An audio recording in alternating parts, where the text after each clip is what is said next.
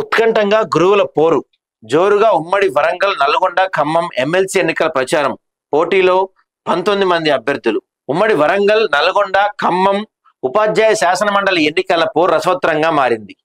అభ్యర్థులంతా గతంలో ఉపాధ్యాయుల సమస్యలపై పనిచేసిన వారే. సో మొదటి ప్రాధాన్యత ఓటు తమకే వేయాలని ఉపాధ్యాయులు కోరుతున్నారు. మొత్తం 19 మంది అభ్యర్థులు బరిలో ఉన్న ఈ స్థానానికి 27 తేదీన పోలింగ్ జరగనుంది. 12 జిల్లాల నుంచి 25,797 మంది ఉపాధ్యాయులు తమ ఓటు వినియోగించుకోనున్నారు. మంగళవారం సాయంత్రం 4 గంటల వరకే ప్రచారానికి వీలుండటం, ఆ తర్వాత 48 గంటల పాటు సైలెంట్ పీరియడ్ కావడంతో అభ్యర్థులు క్షేత్రస్థాయిలో సామాజిక మాధ్యమాల్లో పోటాపోటీగా ప్రచారం చేస్తున్నారంట. ఇది 4వ ఎన్నిక. ఇక్కడ శాసన మండలి పునరుద్ధరణ తర్వాత ఈ నియోజకవర్గానికి 2007లో జరిగిన ఎన్నికల్లో విద్యావేత్త చుక్కా రామయ్య, 2013లో పూల రవీందర్ రెడ్డి, 2019లో అలుగుబెల్లి నరసింహారెడ్డి గెలుపొందారు.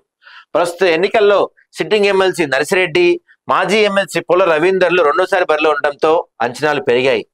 కేంద్ర మంత్రులు కిషన్ రెడ్డి, బండి సంజయ్లతో పాటు BJP MP Eatala Rajender, K Laxman, BJP అభ్యర్థి పులి సర్వోత్తం రెడ్డి కోసం 3 ఉమ్మడి జిల్లాల్లో సమావేశాలు, ప్రచార కార్యక్రమాల్లో పాల్గొన్నారు.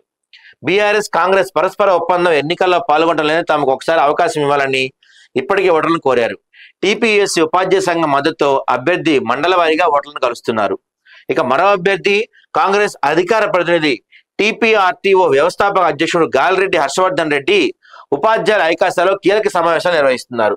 ఇక ఎస్టీయు బీసీ సంఘాల మద్దతుతో మాజీ ఎమ్మెల్సీ పూల రవీందర్ కు బీసీల రాజ్యాధికార నేతలు ముందుకెళ్తున్నారు.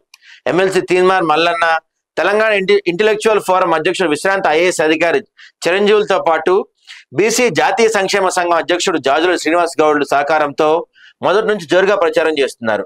ఇక ఆ తర్వాత ఉపాధ్యాయ సంఘాల్లో బలమైన సంఘంగా పేరొందిన పిఆర్టీయు టిఎస్ నుంచి పింగళి శ్రీపాల్ రెడ్డి బరిలో ఉన్నారు. మండల జిల్లా స్థాయి సంఘం నాయకులు క్షేత్రస్థాయిలో కార్యాచరణ చేపట్టి జోరుగా ప్రచారం చేస్తున్నారు. మేబీ ఇవాళ లాస్ట్ అనుకుంటా, ఇవాళ ఈవినింగ్ వరకు లాస్ట్ నాకు తెలిసి ప్రచారానికి. ఎల్లుండి ఎలక్షన్ కదా, సైలెంట్ పీరియడ్ ఉంటుంది ఇంక నుంచి.